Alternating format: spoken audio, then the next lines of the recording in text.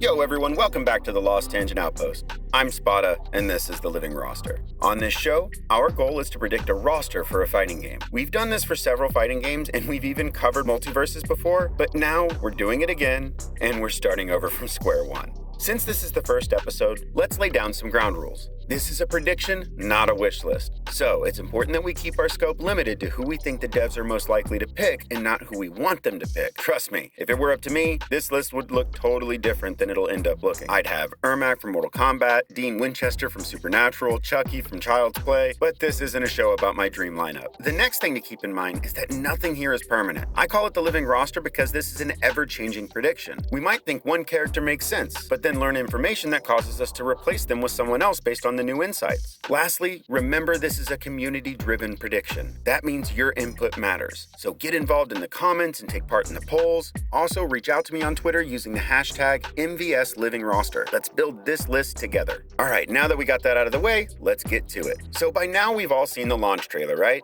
It was a fantastic trailer with lots of little hidden details. But there was one shot near the end that really caught my eye. So you notice after they show Agent Smith, and then we get this wide shot showing Joker on the Iron Throne, Jason to his right, and Agent Smith to his left. Just outside of that trio, we see 4 additional portals. Well, that is the main topic of today's video. What villains are most likely to be the 4 being teleported into multiverses in that moment? Now, this isn't the detail that's been bothering me. I'm pretty sure that everyone has noticed those 4 little portals, or whatever they are. No, what's been bothering me is actually this little spark that sits in the center in each one of them. I don't know if anyone else noticed this, but each one of those sparks is at a different height. The one on the left is the highest, and the second one from the left is the one that's closest to the ground. Could it be that this means nothing, that this is just some random detail? Sure, absolutely. I could definitely be overthinking this. But in a trailer where every little detail seems to matter and there are so many Easter eggs so purposefully placed, it seems plausible at least that these little sparks and their heights might hint to the characters that are being teleported into those spots. So while I was working on the concept of this video, I've been analyzing these sparks and trying my best to make sure that the characters for today's video make sense in that context. Okay, so let's talk about these characters. First up, I want to talk about the only villain that is directly referenced in this trailer, and that's the Wicked Witch of the West, which, if you don't know, is referenced to by the broom coming out of the water tower. A lot of people are thinking that this could be a Harry Potter reference, and that's definitely possible, but my understanding with Harry Potter is that the usage of its IP is a bit more restrictive than you might expect, so getting Harry Potter characters into multiverses has apparently been a challenge. Also, the broom looks very plain, and that seems more akin to the Wicked Witch of the West than Harry Potter to me, given that each kid has their own unique broom in the series. The Wicked Witch is a really great fit for multiverses. Firstly, she's a legendary villain that most people know about. I'm not sure that there are many people that haven't seen Wizard of Oz, but even if there are people that haven't, they've 100% seen something that's inspired by Wizard of Oz. The Wicked Witch of the West has an iconic look and honestly a still very memorable character design. In terms of gameplay, she's a witch who can summon flying monkeys, which gives her a plethora of amazing options for fighting game abilities.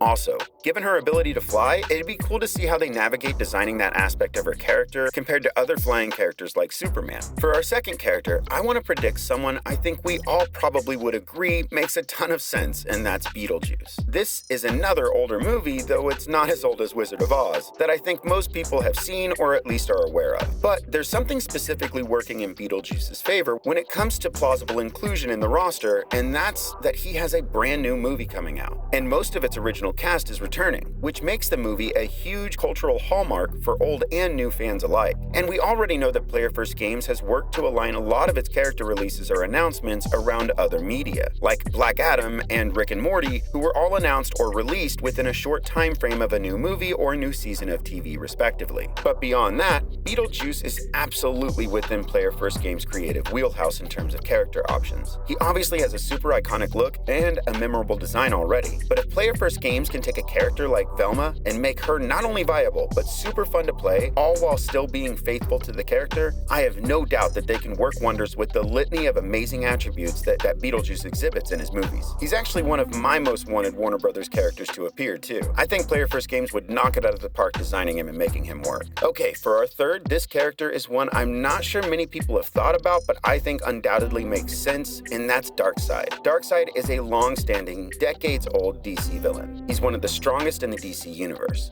I also think that Nakat was directly referencing him when he mentioned a red planet in his reply to Tony's tweet about space, even if Tony wasn't. Darkseid is one of the most recognizable DC villains outside of the Joker or Lex Luthor. He's got amazing abilities like his Omega Beams, that in Injustice 2, NetherRealms was able to utilize with abundant frequency in his moveset, even if it was a little bit annoying. He also has the ability to teleport, has incredible strength, and is massive in stature, and could potentially summon parademons in to help in a fight. I think in terms of DC villains, he's one of the most likely to show up in multiverses. For these next two characters, I had to dip into franchises I have very little experience with, and those are Samurai Jack and Steven Universe. While I have a little experience with both and know a lot of their characters by name, I do not know enough to be able to present them super well, but I'm gonna try my best anyways. So for our fourth character, I want to discuss Aku. Aku seems to be the only real plausible villain option from Samurai Jack, and Samurai Jack is also the only other franchise directly alluded to in this recent launch trailer. You see that katana coming out of the water tower? That is very likely Samurai Jack's. Considering this, it seems reasonable that he's coming and that they might feel so inclined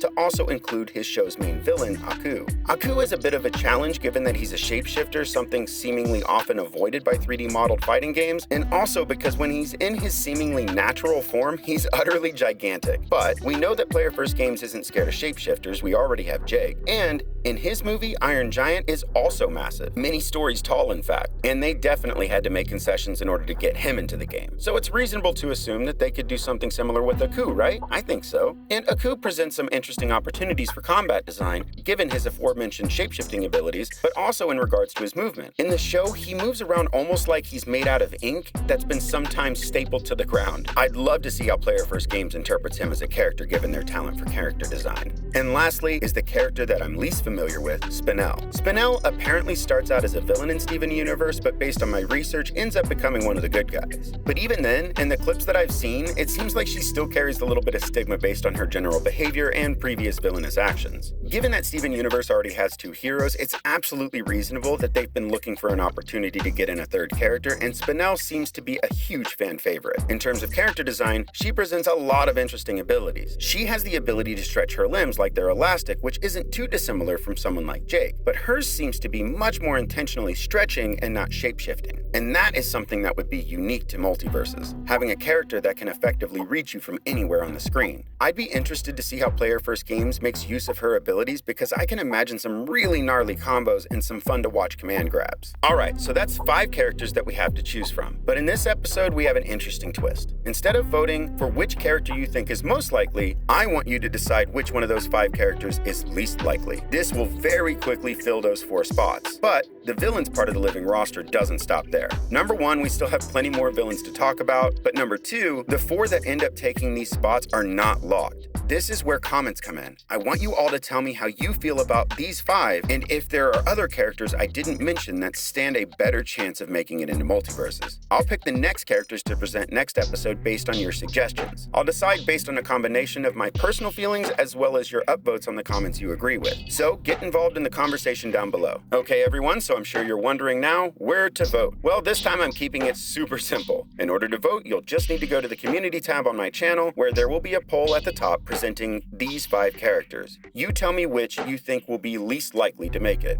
The Wicked Witch, Beetlejuice, Darkseid, Aku, or Spinel. Remember, if you subscribe, you'll get much easier access to the poll, so hit that button. But make sure to go to the community page on my channel and cast your vote. Before you leave, I just want to say thank you to everyone that stopped by and watched all the way to the end. And a huge thank you for this awesome community that has been asking for me to bring this show back. Okay, that's it. Thanks everyone, and until next time.